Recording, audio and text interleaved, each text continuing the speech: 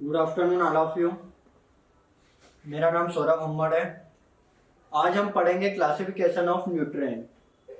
बहुत ही कंफ्यूजिंग है ये, लेकिन हमारे मन में ये धारणा बनाना है कि जितना भी मैं पढ़ूंगा हमें अभी ही याद करना है। याद कब करना है? अभी। घर जाके हम करेंगे रिवीजन। जितना भी मैं पढ़ूंगा अभी ही याद करना है और आसानी से याद हो भी जाएगा। बस ऐसा मन में धारणा बनाना कि हमें अभी ही याद करना है।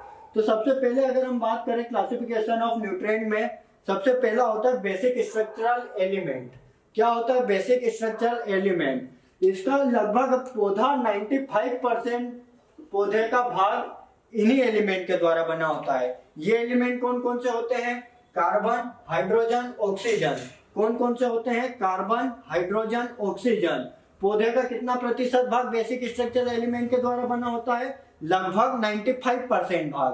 कितना भाग? लगभग 95% भाग। अब इसमें अगर हम कार्बन की बात करें तो ये होता है 45%, हाइड्रोजन की बात करें तो ये होता है 5%, ऑक्सीजन की बात करें तो ये होता है 45%। कार्बन कितना होता है? 45%, हाइड्रोजन कितना होता है? 5%, ऑक्सीजन कितना होता है? 45%। ये टोटल मिला के पौधे का लगभग 95% भाग बनाते हैं। लेकिन इन एलिमेंट्स की एक खासियत होती है कि इन्हें कभी भी हमें देने की आवश्यकता नहीं पड़ती है।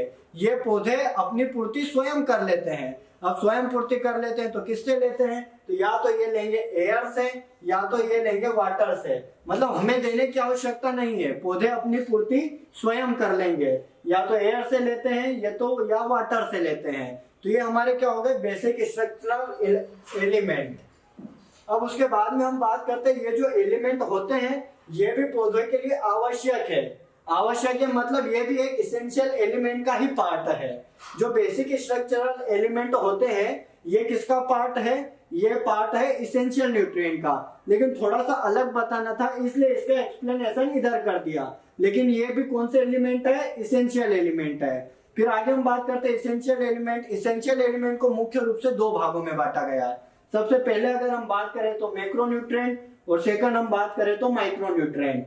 सबसे पहले मैक्रोन्यूट्रिएंट, इनकी आवश्यकता ज्यादा होती है। फिर इसको दो भागों में बांटा है, प्राइमरी न्यूट्रिएंट और सेकेंडरी न्यूट्रिएंट। कौन कौन से?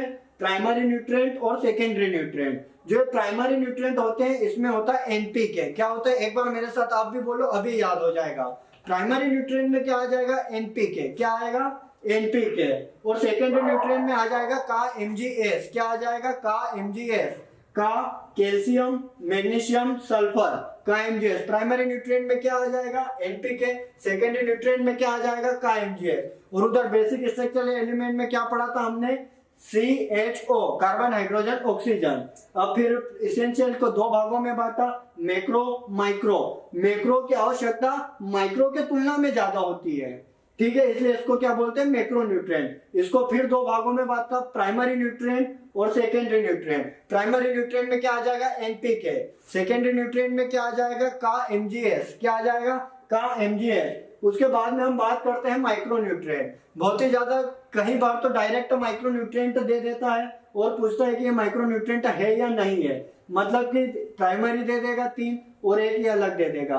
तो पूछता है कि कौन सा माइक्रो न्यूट्रिएंट है, बहुत बार प्रश्न आता है। तो सबसे पहले माइक्रो न्यूट्रिएंट की बात करें कि इन्हें आखिर में माइक्रो क्यों कहा जाता है, तो इसकी आवश्यकता होती है 1 ppm से कम। कितनी आवश्यकता होती है? 1 ppm से कम। ये एंजाइम एक्टिवेशन का कार्य भी करते हैं और ट्रांसपोर्टेशन का कार्य भी करते हैं। कौन कौन से दो कार्य होते हैं? एक तो एंजाइम एक्टिवेशन और दूसरा होता है ट्रांसपोर्टेशन। अब इसको याद करने के सिंपल सा अपने माइंड में कॉन्सेप्ट फिट करो, मेरे साथ बोलते जाना तो तुम्हें बिल्कुल अभी के अभी याद हो जाए। सबसे पहले हम बोलेंगे फेकुमन। क्या बोलेंगे? फेकुमन। फेकुमन। फे से हो जाएगा आयरन, कॉपर, मैग्नीज, फेकुमन। फिर बोलेंगे हम निकल। फेकुमन निकल। निकल से हो जाएगा निकिल और क्लोरीन। क्या क्या हो जाएगा? फेकुमन निकल। फेकुमन निकल। मेरे साथ एक बार आप भी बोल दो, आपको भी अभी याद हो जाएगा। फेकुमन निकल। फेकुमन निकल। अब हमने निकलने बोल दिया, किसको किसको निकलने का बोला? हमने बोला बोरान, मोलिब्डेनम और जिंक। किसको किसको बोला? Boron, molybdenum, zinc. तो ये हो गए 8। ये संख्या में कितने होते हैं माइक्रोन्यूट्रिएंट? ये संख्या में होते हैं 8, ठीक है। फेकुमन, निकल, बोरान, मोलिब्डेनम, जिंक। एक बार में याद हो जाएगा। एक साथ मेरे बाद लास्ट टाइम बोल लो, iron, copper, manganese, nickel, chlorine, boron, molybdenum, zinc. फेकुमन, निकल, बोरान, मोलिब्डेनम, जिंक। अब उसके बाद में एक केस होता है कि कई बार वो एग्जाम में पूछ लेता है अल्ट्रा माइक्रोन्यूट्रिएंट कौन सा होता है। क्या पूछता है? Ultra micronutrient. तो अल्ट्रा माइक्रोन्यूट्रिएंट तो होता है मोलिब्डेनम। कौन सा होता है? मोलिब्डेनम। इसकी आवश्यकता बहुत ही कम मात्रा में होती है। अब इतनी बात होने के बाद में अब हमें पढ़ना है बेनिफिशियल न्यूट्रिएंट। क्या पढ़ना है? Beneficial nutrient. अब बेनिफिशियल मतलब फायदा पहुंचाना। अब जहाँ पे फायदा पहुंचाने की बात आई तो मेरे पास एक बच्चा बोला सर जो फायदा पहुंचा रहे हैं उसको सिखाओ ना। क्या बोला उसने? सर सिखाओ ना। मैंने कहा ठीक है बेटा सीख ले। सीखो ना। वो बच्चा मेरे पास आके क्या बोला? सर सिखाओ ना। मैंने कहा ठीक है बच्चा सीख ले। सीखो ना। क्या सीखो ना? वी। सीखो ना वी। सिलिकॉन, कोबाल्ट, सोडियम और वेनेडियम, ये चार क्या हो गए? Beneficial element. अब चार्ट कंप्लीट होने के बाद में हम कुछ बेसिक क्वेश्चंस की ओर जाते हैं। सबसे पहला प्रश्न पूछता है कि इसेंशियल एलिमेंट की संख्या कितनी है। तो इसेंशियल एलिमेंट की टोटल संख्या कितनी है? 17। कितनी है? 17। देखो तीन तो पहले बेसिक स्ट्रक्चरल एलिमेंट है, वो भी मैंने बोला था इसेंशियल है, तो वो तीन हो गए CHO।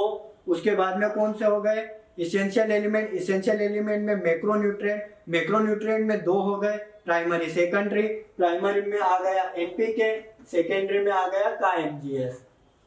उसके बाद में होते हैं 8 माइक्रोन्यूट्रिएंट पढ़ाए थे मैंने, फेकुमन, निकल, बोरान, मोलिब्डेनम, जिंक। तो 8 वो हो गए।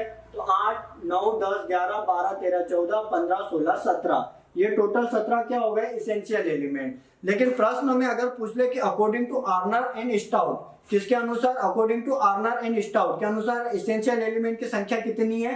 तो अकॉर्डिंग टू आर्नर और स्टाउट के अनुसार संख्या है 16। कितनी है? 16। जब आर्नर और स्टाउट ने खोजे थे जब संख्या थी 16 और अभी है 17। मतलब कोई सा एक एलिमेंट तुम्हारे मन में आया होगा कि नया जुड़ा होगा, तो वो नया एलिमेंट जो जुड़ा उसका नाम है निकेल। कौन सा है? निकेल। जो नया एलिमेंट जुड़ा प्रश्न आता है कौन सा है वो? तो वो है निकेल। अब निकेल जुड़ा तो ये कौन से सन में जुड़ा?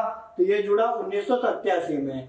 कब जुड़ा? 1987 में। अब 1987 में जुड़ा तो कोई जोड़ने वाला भी होगा, तो जोड़ने वाले का नाम क्या है? ब्राउन। क्या है? ब्राउन। इसेंशियल एलिमेंट की संख्या नॉर्मल पूछे तो कितनी है? 17। लेकिन अकॉर्डिंग टू आर्नर एंड स्टाउट से पूछे तो कितनी हो गई उनके अकॉर्डिंग? 16। और नया जुड़ने वाला कौन सा है? तो निकेल है। निकेल को कब जोड़ा? तो ये जोड़ा 1987 में। किसने जोड़ा? तो जोड़ा ये ब्राउन ने। किसने जोड़ा? ब्राउन ने। उसके बाद में 17 इसेंशियल एलिमेंट हो गए। बेनिफिशियल 4 है, सर सिकोना और वी। सिकोना से हो गया सिलिकॉन, कोबाल्ट और सोडियम, और वी से हो गया वेनेडियम। और ये 4 क्या हो गए? Beneficial element. तो 17 इसेंशियल एलिमेंट, 4 बेनिफिशियल एलिमेंट, और इन दोनों को मिला के बोलते हैं फंक्शनल एलिमेंट। क्या बोलते हैं? Functional element. इनकी संख्या कितनी होती है? 21 होती है। कितनी होती है? 21 होती है।